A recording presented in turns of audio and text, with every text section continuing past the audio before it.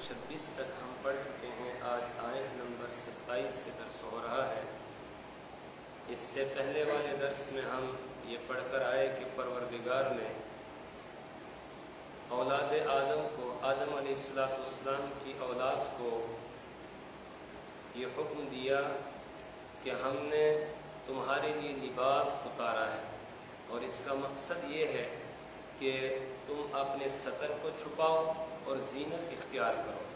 اور ساتھ ہی یہ تلقین کی گئی کہ تقوی کا لباس یہ سب سے بہتر ہے، یعنی انسان کو ایسا لباس پہننا چاہیے کہ جس سے تقوی آئے، تقوی والا لباس. اور تقوی والا لباس ظاہر ہے کہ جو نیک لوگوں کا لباس ہوگا اسی سے تقوی آئے گا، کیونکہ لباس کا ظاہر کا باطن پر اثر پڑتا ہے. جیسا لباس انسان اختیار کرتا ہے ویسے ہی اس سے پھر اعمال بھی ظاہر ہوتے ہیں. آگے اللہ تعالیٰ یہ تلقین فرما رہے ہیں کہ ابلیس لعین جس نے تمہارے ابا آدم علیہ السلام کو جنت سے نکلوایا، اس سے ہوشیار رہنا، کہیں وہ تم کو فتنے کے اندر مبتلا نہ کر دے. جیسے اس نے وسوسہ ڈالا، حضرت آدم علیہ السلام اور اماں حوا سے غلطی کروائی، خطا کروائی، اور پھر وہ جنت سے نکال دیے گئے، کہیں تمہیں بھی وہ جنت سے باہر ہی روکنے اور رکھنے کی کوشش نہ کرے. اس لیے تم ہوشیار رہنا. یا بنی آدم لا یفتننکم الشیطان، یا بنی آدم، اے آدم علیہ السلام کی اولاد، لا یفتننکم الشیطان، لا یفتنن، تم کو ہرگز فتنے میں نہ ڈال دے، الشیطان، شیطان ابلیس تم کو فتنے میں نہ ڈال دے. فتنے میں ڈالنے کا مطلب کیا ہے؟ وہ تم سے غلطیاں نہ کروائے، تم سے خطائیں نہ کروائے، تم سے اللہ کی نافرمانی نہ کرائے. اس لیے تم بچ کر رہنا، ہوشیار رہنا، اللہ کی نافرمانی نہ کرنا. جب بھی انسان اللہ کی نافرمانی کرتا ہے تو ابلیس ہی اس سے نافرمانی کرواتا ہے، یا اس کا نفس جو ہے یہ نافرمانی کرواتا ہے. اس لیے اللہ فرما رہے ہیں کہ اس سے ہوشیار رہنا، یہ تم کو فتنے میں مبتلا نہ کر دے. کما اخرج ابویکم من الجنہ، جیسا کہ نکلوا دیا اس نے ابویکم، تمہارے ماں باپ کو، تمہارے والدین کو، یعنی حضرت آدم علیہ السلام کو اور اماں حوا کو، من الجنت، جنت سے نکلوا دیا. یہ ذریعہ اور سبب بن گیا. اس نے وسوسہ ڈالا اور جھوٹی قسم کھائی کہ اس درخت کو کھا لو، اگر اس کو کھا لو گے تو آپ ہمیشہ جنت میں رہو گے، اس کو کھا لو گے آپ فرشتے بن جاؤ گے، اگر نہیں کھایا پھر فرشتے بھی نہیں بنو گے، جنت میں ہمیشہ نہیں رہو گے. حضرت آدم علیہ السلام نے انکار کیا. اس نے قسم کھا کر کہا، میں قسم کھا کر کہتا ہوں کہ جو میں کہہ رہا ہوں بالکل سچ کہہ رہا ہوں. حضرت آدم علیہ السلام اس کے بہکاوے میں آ گئے اور اس درخت کو کھا لیا. تو اس کا نتیجہ پھر یہ ہوا کہ پروردگار نے جنت سے نکال دیا. اگرچہ حضرت آدم علیہ السلام نے اپنی غلطی کا اعتراف کیا اور فوراً ہی اللہ سے معافی بھی مانگ لی، اللہ نے معاف بھی کر دیا، لیکن جنت سے نکال دیا. تو یہ گویا جنت سے نکلنے کا ذریعہ اور سبب بن گیا. اس لیے اولاد آدم کو کہا جا رہا ہے کہ اس سے ہوشیار رہنا. یہ تمہارے آبا و اجداد، تمہارے پرانے جو ہے ان کا دشمن ہے، تمہارے ماں باپ کا دشمن ہے. اس لیے اس سے دشمنی بنا کر رکھنا، اس سے دوستی نہ لگانا. ينزع عنهما لباسهما، ينزع عنهما لباسهما، وہ اتارتا تھا ان دونوں سے ان کے لباس کو. مطلب اس نے غلطی کروائی، اس غلطی کے نتیجے میں جنتی لباس اتر گیا. جیسا کہ ہم پیچھے پڑھ چکے ہیں، جیسے ہی حضرت آدم علیہ السلام نے اس درخت کو کھایا جس سے اللہ نے منع کیا تھا، تو فوراً جنتی لباس کے جسم سے اتر گیا. اور پھر حضرت آدم علیہ السلام جنت کے درختوں کے پتوں سے اپنے ستر کو چھپانے لگے. تو اللہ فرما رہے کہ ينزع عنهما لباسهما. اس سے یہ بھی معلوم ہوا کہ ابلیس کا سب سے پہلا حملہ وہ لباس پر ہوتا ہے. سب سے پہلے وہ انسان کا لباس اترواتا ہے. جو نیک لوگوں کا، متقی اور پرہیزگار لوگوں والا لباس ہوتا ہے، اس لباس سے انسان کو عاری کرتا ہے، اترواتا ہے، اور اس کے بعد پھر آہستہ آہستہ اس کی شکل، چہرہ وغیرہ بگاڑتا ہے، اور پھر اس کے بعد اس کا چیلا بن جاتا ہے آدمی، پھر اس سے جو چاہتا ہے وہ کرواتا ہے. تو سب سے پہلا کام اس کا یہ ہے کہ وہ لباس اتراتا ہے. اسی کی طرف اللہ نے اشارہ کیا يَنْزِعُ عَنْهُمَا لِبَاسَهُمَا، وہ اتارتا تھا ان دونوں سے ان کے لباس کو. کیوں؟ لِيُرِيَهُمَا سَوْآتِهِمَا، تاکہ وہ دکھلا دے ان دونوں کو ان دونوں کے سطر کی جگہ، یعنی وہ ان کے جو پوشیدہ اعضاء ہے یہ ظاہر کرنا چاہتا تھا، بے حیائی کے کام میں مبتلا کرنا چاہتا تھا. اس لیے اس نے ایسا کیا کہ غلطی کروائی. اس کے نتیجے میں پھر لباس اتر گئے اور سطر کی جگہ کھل گئی اور حضرت آدم علیہ السلام اس کو چھپانے لگے. تو سب سے پہلا کام اس کا یہ ہے کہ انسان کے لباس کو اتروا دیتا ہے. اور اتروانے کا مطلب ہم پڑھ چکے کہ یہ ہے کہ ایک یا تو بالکل ہی ننگا کر دیتا ہے، یا یہ کہ ایسا لباس پہنوا دیتا ہے کہ جس لباس کے پہننے کے باوجود بھی انسان ننگا ہی نظر آتا ہے. یعنی یا تو چھوٹا لباس جیسے نکر وغیرہ ہو گیا، سطر کھل گیا اس میں، یا اسی طریقے سے بالکل باریک، اتنا باریک کہ جسم کی سفیدی نظر آئے، یا یہ کہ اتنا ٹائٹ پہنوائے گا کہ جس سے جسم کے اعضاء نمایاں ہو جائے اور اعضاء کا غبار ظاہر ہوتا ہو. تو اس طرح کا لباس پہننا نہ پہننا دونوں برابر ہے. اس کے اندر یہ مبتلا کر دے گا. اس لیے ہوشیار رہنا. إِنَّهُ يَرَاكُمْ هُوَ وَقَبِيلُهُ مِنْ حَيْثُ لَا تَرَوْنَهُمْ، اور یہ تمہارا دشمن ہے، اور دشمن بھی ایسا ہے جو سامنے نظر نہیں آتا ہے بلکہ تم اس کو دیکھ نہیں سکتے ہو، اور وہ تمہارے ساتھ دشمنی کیے ہوئے ہے اور اس دشمنی کی وجہ سے تمہیں گمراہ کرنے کی کوشش کرتا ہے، تمہیں راہ راست سے ہٹاتا ہے. اس لیے ہوشیار رہنا. ایک دشمن وہ ہے جو سامنے نظر آتا ہے، اس سے بچنا آسان ہے.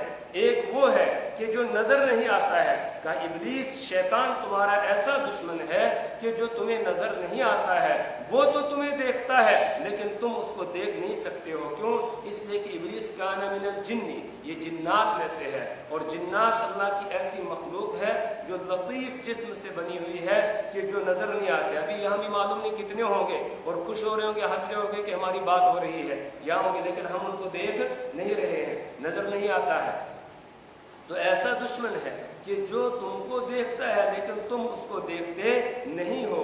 اس لیے تم اس سے ہوشیار رہنا. إِنَّهُ يَرَاكُمْ، بے شک وہ تم کو دیکھتا ہے، هُوَ وَقَبِيلُهُ، وہ بھی اور اس کا قبیلہ، اس کا کنبہ، اس کی برادری یعنی اس کے چیلے، وہ تم کو دیکھتے ہیں. مِنْ حَيْثُ، اس جگہ سے، لَا تَرَوْنَهُمْ، کہ تم ان کو نہیں دیکھتے ہو.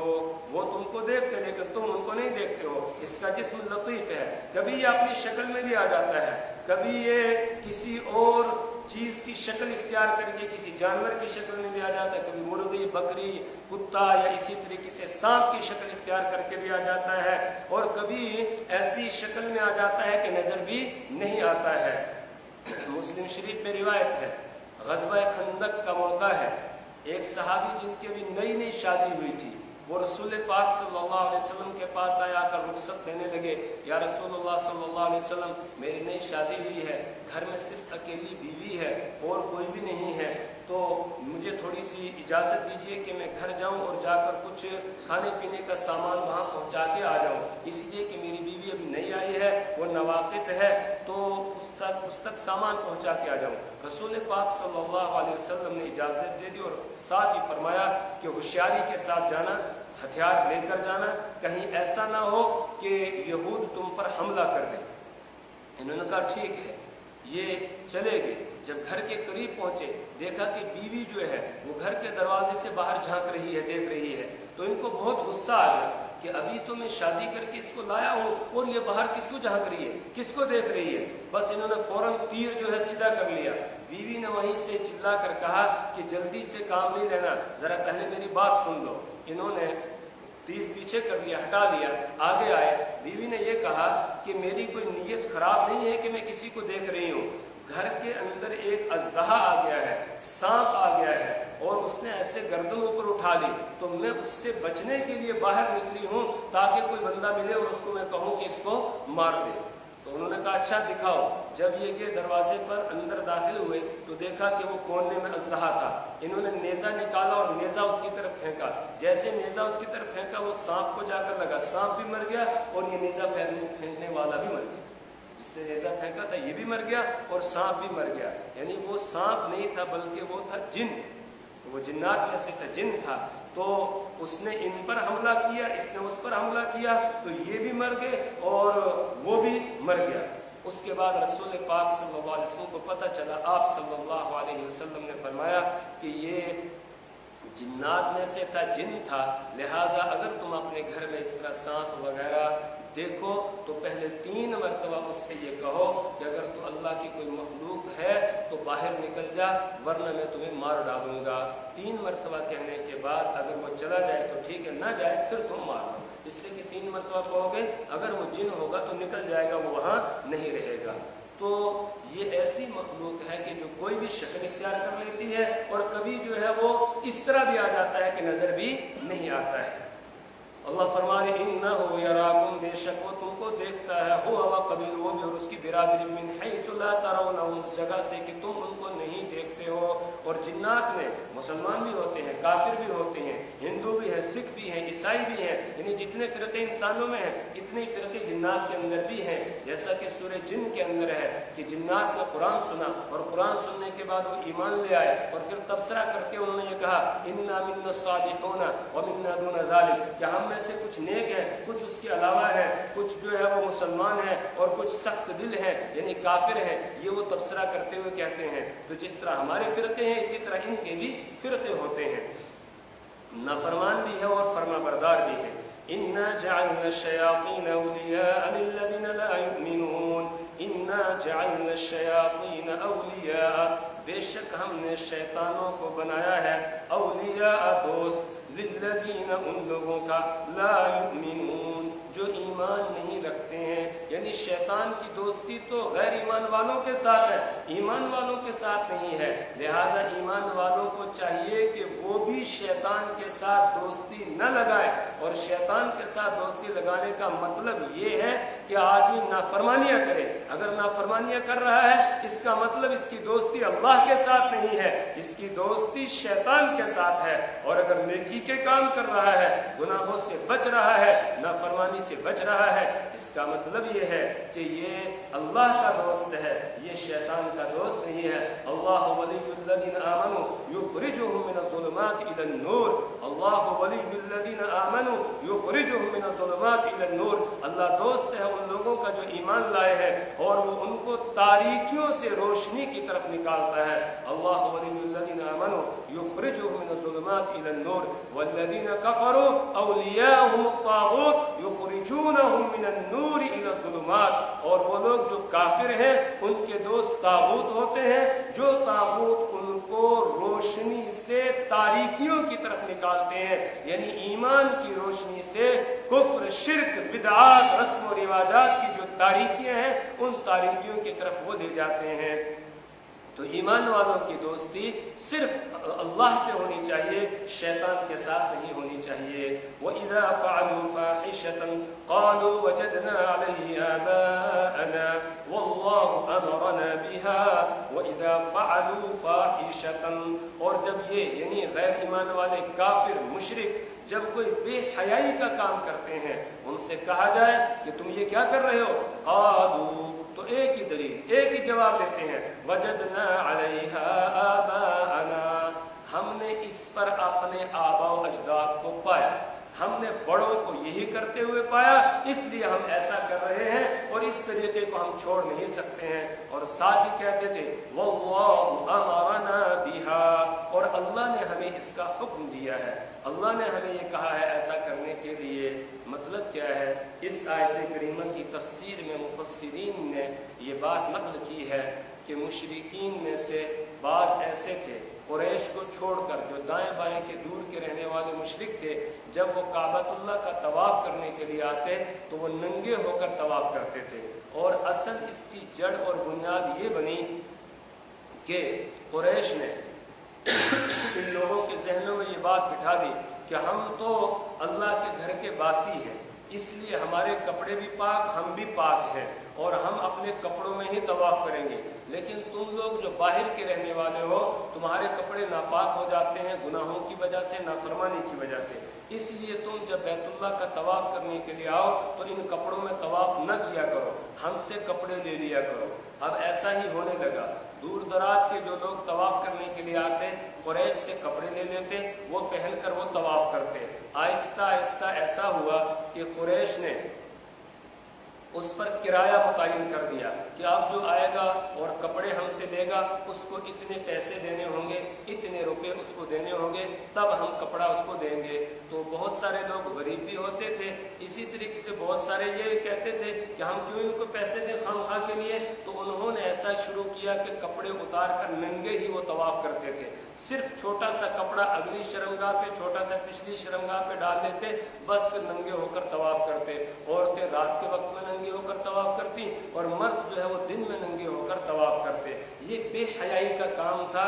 اللہ نے تو کپڑا دیا تھا اس لیے لباس دیا کہ تم اپنے سطر کو چھپاؤ، یہ سطر کو کھول کر جو ہے بیت اللہ کا طواف کرتے تھے۔ اور جب ان سے کہا جاتا کہ تم ایسا کیوں کر رہے ہو تو کہتے تھے ہم نے اپنے بڑوں کو یہی کرتے ہوئے پایا ہے، اور ساتھ ہی یہ کہتے تھے اللہ نے ہم کو اس کا حکم دیا ہے۔ اس کے جواب میں اللہ فرماتے ہیں قل، آپ کہہ دیجیے ان اللہ لا یأمر بالفحشاء، بے شک اللہ تعالیٰ بے حیائی کا حکم نہیں دیتا ہے۔ ننگے ہونا یہ بے حیائی کا کام ہے، اور اللہ تعالیٰ بے حیائی کا حکم نہیں دیتا ہے۔ اللہ تعالیٰ تو حیا کا حکم دیتا ہے، بے حیائی کے کام کا حکم نہیں دیتا ہے۔ اتقولون علی اللہ ما لا تعلمون، کیا تقولون تم کہتے ہو علی اللہ اللہ کے بارے میں ما وہ بات لا تعلمون جو تم جانتے نہیں ہو، یعنی تمہارے پاس کوئی دلیل نہیں ہے، کوئی علم نہیں ہے، بغیر علم کے ویسے ہی تم اندازے سے یہ کہہ رہے ہو کہ اللہ نے حکم دیا ہے۔ اللہ اس چیز کا بے حیائی کے کام کا حکم نہیں دیتا ہے۔ پھر اللہ کس چیز کا حکم دیتا ہے اس کو آگے بیان کیا۔ قل امر ربی بالقسط، آپ کہہ دیجیے امر ربی، میرے رب نے حکم دیا ہے، بالقسط انصاف کا، میرے رب نے حکم دیا انصاف کا کہ ہر کام انصاف کے ساتھ ہونا چاہیے، کسی کے ساتھ بے انصافی نہ ہو، اپنا ہو پرایا ہو جو بھی ہو سب کے ساتھ انصاف ہو، انصاف کا فیصلہ ہو، انصاف کی بات کہو، بے انصافی کی بات نہ کہو۔ اور اسی طریقے سے کپڑے پہننا یہ بھی انصاف کی بات ہے، اللہ تعالیٰ اس کا حکم دیتا ہے، اور ننگے ہو کر چلنا یہ بے انصافی کی بات ہے، اس لیے اللہ اس کا حکم نہیں دیتا ہے۔ قل امر ربی بالقسط، آپ کہہ دیجئے میرے رب نے حکم دیا ہے انصاف کا، وَأَقِيمُوا وُجُوهَكُمْ عِنْدَ كُلِّ مَسْجِدٍ، اور اس نے حکم دیا ہے اقیموا وجوہکم کہ تم سیدھا کرو اپنے چہروں کو، عند کل مسجد، ہر مسجد کے وقت میں تم اپنے چہروں کو سیدھا کرو۔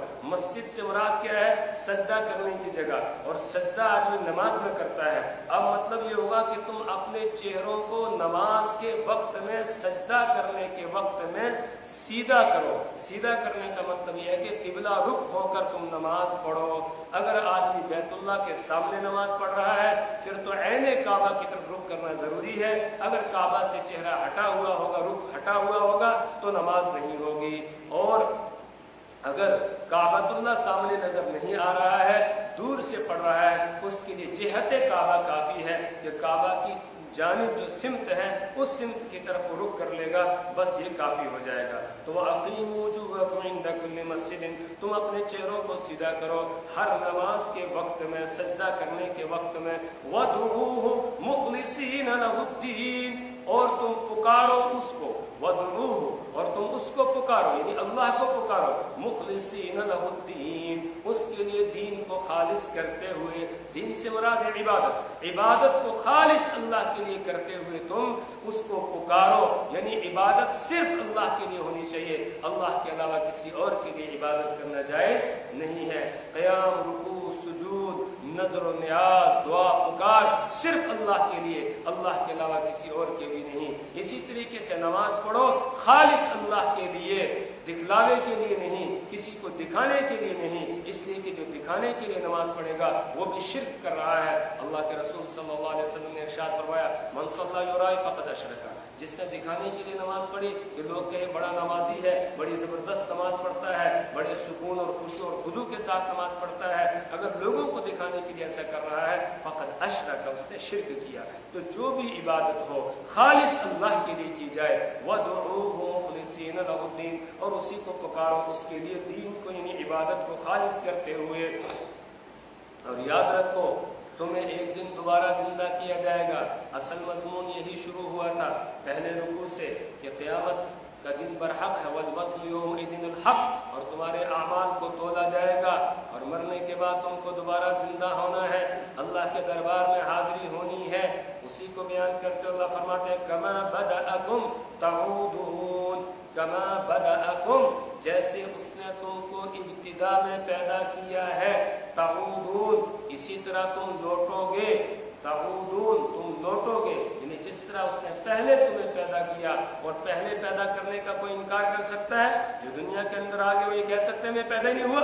نہیں، کوئی انکار نہیں کر سکتا، ہر ایک کو ماننا ہے۔ تو جس طرح اس نے تم کو پہلے پیدا کیا ہے اسی طرح وہ تم کو دوبارہ بھی زندہ کرے گا، اور تم سب کے سب لوٹ کر آؤ گے اللہ کے دربار میں، اور وہاں تمہارا حساب کتاب ہوگا۔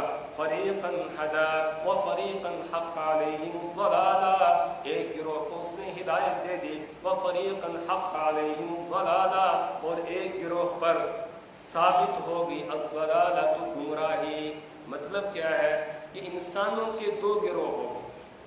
سب سے پہلے انسان حضرت آدم علیہ السلام ہے، جب وہ دنیا میں آگے آنے کے بعد ان کی اولاد کا سلسلہ آگے تبادل اور تناسل کا سلسلہ شروع ہوتا ہے، اور پھر انسان آہستہ آہستہ، پہلے تو سب اللہ کی عبادت کرتے تھے، پھر آہستہ آہستہ دو حصوں میں، دو گروہوں میں بٹ گئے۔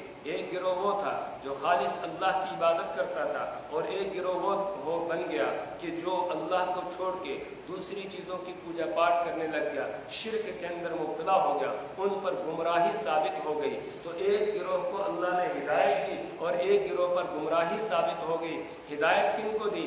وَيَهْدِي إِلَيْهِ مَن يُنِيبُ، جو اللہ کی طرف رجوع کرتا تھا، اللہ کی طرف آنا چاہتا تھا، اللہ اس کو ہدایت دیتا ہے، اور جو اللہ کی طرف آنا ہی نہیں چاہتا ہے، اپنے طریقے پر یہ قائم رہنا چاہتا ہے، شیطان کے ساتھ دوستی لگاتا ہے، شیطان کو اپنا دوست بناتا ہے، تو اس پر گمراہی ثابت ہو جاتی ہے۔ فریقاً ھدی، ایک گروہ کو اللہ نے ہدایت دے دی، وفریقاً حق علیہم الضلالہ، اور ایک گروہ پر گمراہی ثابت ہو گئی۔ یہ کون ہے جن پر گمراہی ثابت ہوئی؟ انہم اتخذوا الشیاطین اولیاء، بے شک انہوں نے بنا لیا تھا الشیاطین، شیطانوں کو، اولیاء، دوست، من دون اللہ، اللہ کو چھوڑ کر، ویحسبون انہم مہتدون، اور وہ یہ گمان کرتے تھے کہ وہ ہدایت یافتہ ہے۔ ہر باطل فرقہ، ہر باطل گروہ، اس سے آپ پوچھو فوراً یہ کہے گا میں حق پر ہوں، اپنے آپ کو حق پر ہونا ثابت کرے گا، بلکہ نام ہی ایسا رکھے گا کہ جو یہ ظاہر کرے کہ یہ حق پر ہے۔ اس طریقے سے یعنی ہر باطل فرقہ جو ہے وہ یہ دعویٰ کرتا ہے کہ میں ہی حق پر ہوں، میرے علاوہ کوئی حق پر نہیں ہے۔ آپ کسی بھی ہمارے برادران وطن ہندو کو پوچھو، بس سیدھا یہ کہے گا کہ سچا دین ہمارا ہی ہے، کوئی دوسرا ہے ہی نہیں۔ کسی سکھ کو پوچھو، وہ بھی یہی کہے گا سچا دین صرف ہمارا ہے، کوئی اور سچا دین نہیں ہے۔ عیسائی کو پوچھو، یہودی کو پوچھو، ہر ایک یہی کہے گا کہ سچا دین صرف ہمارا ہے۔ یا مسلمانوں کے اندر جو فرقے بن گئے ہیں، ان فرقوں میں سے کسی بھی فرقے کو پوچھو، بس وہ یہ کہے گا کہ سب سے زیادہ سچائی پر اور حق پر ہمارا ہی فرقہ ہے، کوئی دوسرا نہیں ہے۔ کل حزب بما لدیہم فرحون، ہر ایک گروہ جو ان کے پاس ہے اسی پر کیا ہے؟ خوش ہے۔ اللہ فرمانے وَيَحْسَبُونَ، اور وہ خیال کرتے ہیں، گمان کرتے ہیں، أَنَّهُمْ مُهْتَدُونَ، کہ یہ ہدایت یافتہ ہے، جبکہ ان پہ گمراہی ثابت ہو چکی ہے۔ اب آگے اللہ تعالیٰ پھر بنی آدم کو خطاب کرتے ہوئے فرماتے ہیں یا بنی آدم، اے آدم کی اولاد، خذوا زینتکم، تم زینت اختیار کرو، عند کل مسجد، ہر مسجد کے وقت، یعنی نماز پڑھنے کے وقت میں، جب تم مسجد میں آؤ، سجدہ کرنے کی جگہ پہ آؤ، سجدہ کرنے کے لیے آؤ، تو زینت اختیار کرو، بن ٹھن کر آؤ۔ اسی سے مفسرین نے، علماء کرام نے یہ مسئلہ نکالا ہے کہ جب آدمی نماز پڑھنے کے لیے آئے تو اس کو سب سے اچھا لباس پہن کر آنا چاہیے، میلے کچیلے کپڑوں میں نہیں آنا چاہیے، اسی طرح ایسے کپڑوں میں جن کو پہن کر وہ کسی تقریب میں نہیں جا سکتا ہے ان میں اس کو نماز نہیں پڑھنی چاہیے۔ اگر ایسے کپڑوں میں نماز پڑھنے کے لیے آ رہا ہے تو وہ گویا مکروہ کام کر رہا ہے، یعنی ایسے کپڑوں میں نماز پڑھنا مکروہ ہے، اس لیے اچھا لباس پہن کر اس کو آنا چاہیے، میلے کچیلے کپڑوں میں نہیں آنا چاہیے۔ ایسا لباس پہن کر آئے جس کو پہننے کے بعد وہ کسی بڑے آدمی کے سامنے جا سکتا ہو، کسی تقریب میں جا سکتا ہو، کیونکہ نماز کے لیے آنا یہ گویا اللہ سے ملاقات کرنے کے لیے آنا ہے، اور اللہ احکم الحاکمین تمام بادشاہوں کا بادشاہ ہے۔ جب مسجد میں ہم نماز کے لیے آتے ہیں گویا اللہ کے دربار میں آ رہے ہیں، اللہ کے دربار میں اللہ سے ملاقات کرنے کے لیے آ رہے ہیں۔ میرے استاد محترم حضرت مفتی سعید صاحب نور اللہ مرقدہ بیان فرماتے تھے اس آیت کریمہ کی تفسیر میں، اور اسی طریقے سے کتاب الصلاۃ جب پڑھاتے تھے لباس کا ذکر آتا، وہاں وہ بیان فرماتے تھے کہ ان کے استاد سے شیخ محمود مصری جو حکیم الاسلام حضرت قاری محمد طیب صاحب رحمۃ اللہ علیہ کی درخواست پر جامعہ ازہر سے دارالعلوم دیوبند میں کچھ عرصے کے لیے پڑھانے کے لیے آئے تھے۔ 2 سال تک وہ دارالعلوم دیوبند میں تعلیم دیتے رہے اور قرآن کریم بہت زبردست پڑھتے تھے۔ حضرت فرماتے تھے کہ اتنا ان کے قرآن کے اندر اتنا کھچاؤ تھا کہ فجر کی نماز وہ دارالعلوم کی قدیم مسجد جو ہے مسجد قدیم، اس میں فجر کی نماز پڑھاتے تھے تو یعنی فجر کی نماز میں پورا 1 پارہ پڑھا کرتے تھے، پورا 1 پارہ پڑھتے تھے فجر کی نماز میں، روزانہ 30 دن میں قرآن پاک فجر کی نماز کے اندر ختم ہو جاتا تھا، اور لوگ اتنی دور دور سے نماز پڑھنے کے لیے آتے تھے کہ باہر روڈ میں بھی جگہ نہیں ملتی تھی، روڈ میں بھی لوگ ہوتے تھے، اتنی ان کی آواز کے اندر کھچاؤ تھا اور اتنی زیادہ چاشنی اور مٹھاس تھی کہ حضرت فرماتے تھے کہ وہ ریلوے اسٹیشن تک کے لوگ جو ہے وہ نماز پڑھنے کے لیے یہاں تشریف لاتے تھے۔ تو ان کے بارے میں بیان فرما رہے تھے کہ جب مسجد میں تشریف لاتے نماز پڑھنے کے لیے تو پورا وہ عبا وغیرہ پہن کر، جیسے وہ عرب کے لوگ پہنتے ہیں اس طریقے سے پہن کے سر پہ رومال وغیرہ ڈال کر اور پورا بن ٹھن کر مسجد میں آتے تھے، اور جب کمرے میں رہتے تھے تو لنگی اور بنیان میں رہتے تھے، ان کے جسم میں دانے ہو گئے تھے، یہاں کا موسم ان کو راس نہیں آیا تھا، تو اس لیے کمرے میں لنگی اور بنیان میں رہتے اور نوافل اسی طرح پڑھتے تھے، لیکن جب مسجد میں آتے تھے تو پورا بن ٹھن کر آتے تھے۔ حضرت فرماتے ایک مرتبہ میں نے ان سے پوچھا کہ حضرت آپ مسجد میں آتے ہیں تب تو بالکل بن ٹھن کے آتے ہیں اور کمرے میں بنیان اور لنگی میں ہی آپ نوافل پڑھتے رہتے ہیں؟ تو فرمانے لگے کہ سعید بات ایسے ہے کہ مسجد میں اللہ کی جو ملاقات ہے یہ درباری ملاقات ہے، اور گھر میں جو ہم نوافل پڑھتے ہیں یہ نجی ملاقات ہے، یہ گھر میں۔ تو اگر ہم کسی بادشاہ سے گھر میں ملنے کے لیے جاتے ہیں تو دوستی ہوتی ہے، جیسے لباس میں ہو اسی میں چلے جاتے ہیں، لیکن جب بادشاہ کا دربار لگتا ہے تو دربار میں کے کچھ قوانین ہوتے ہیں، ضابطے ہوتے ہیں، وہاں سب کو وردی پہن کر اور اچھا لباس پہن کے آنا پڑتا ہے، اس لیے کہا کہ یہ درباری ملاقات ہے، میں اس میں بن ٹھن کے جاتا ہوں، اور جو گھر میں پڑھتا ہوں نماز تو وہ نوافل ہے، وہ ایک نجی ملاقات ہے، گھر کی ملاقات ہے، اس میں یہ ضروری نہیں ہے۔